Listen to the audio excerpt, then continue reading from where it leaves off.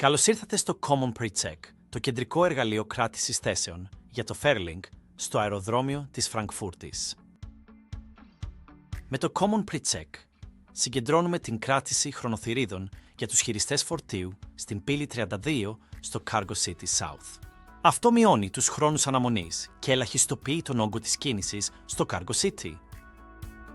Αλλά τώρα ας ρίξουμε μια ματιά στον τρόπο με τον οποίο λειτουργεί στην πραγματικότητα η κράτηση θέσης με το Common Pre-Check.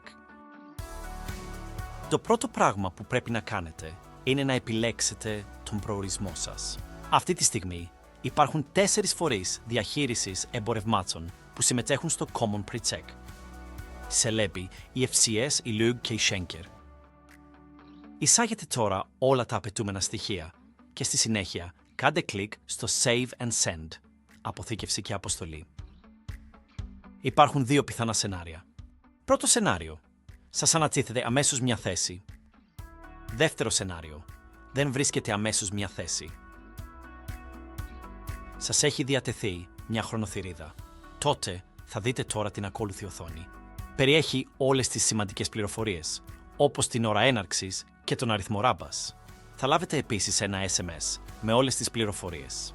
Το SMS περιέχει επίσης τον αριθμό με τον οποίο πρέπει να εγγραφείτε στο γραφείο εγγραφής του μεταφορέα εμπορευμάτων. Εάν δεν βρέθηκε κατάλληλη χρονοθυρίδα για εσάς, θα δείτε αυτή την οθόνη. Το αναδυόμενο παράθυρο σας ενημερώνει ότι θα λάβετε ένα SMS με περισσότερες λεπτομέρειες σχετικά με την υποδοχή. Σε αυτή την περίπτωση, μπορείτε να επιστρέψετε στο όχημά σας και θα ενημερωθείτε το συντομότερο δυνατό μέσω SMS ότι η χρονοθυρίδα έχει προγραμματιστεί επιτυχώς. Σημαντικό! Η στάθμευση στο χώρο στάθμευσης χωρίς περιορισμούς είναι δυνατή μόνο για 30 λεπτά. Εάν έχετε περισσότερο χρόνο μέχρι την έναρξη της ώρας slot σας, μπορείτε να χρησιμοποιήσετε μία από τις θέσεις στάθμευσης φορτηγών που βρίσκονται κοντά. Εκτός από το χώρο στάθμευσης φορτηγών στην πύλη 32, υπάρχει ένας άλλος χώρος στάθμευσης φορτηγών στα δυτικά του Cargo City South, κοντά στην πύλη 31. Τέλος, αναχωρήστε 30 λεπτά πριν από την έναρξη της ώρας υποδοχής σας, προκειμένου να φτάσετε εγκαίρως στον χειριστή εμπορευμάτων. Στη συνέχεια, μπορείτε να εγγραφείτε στο γραφείο εγγραφής ως συνήθως.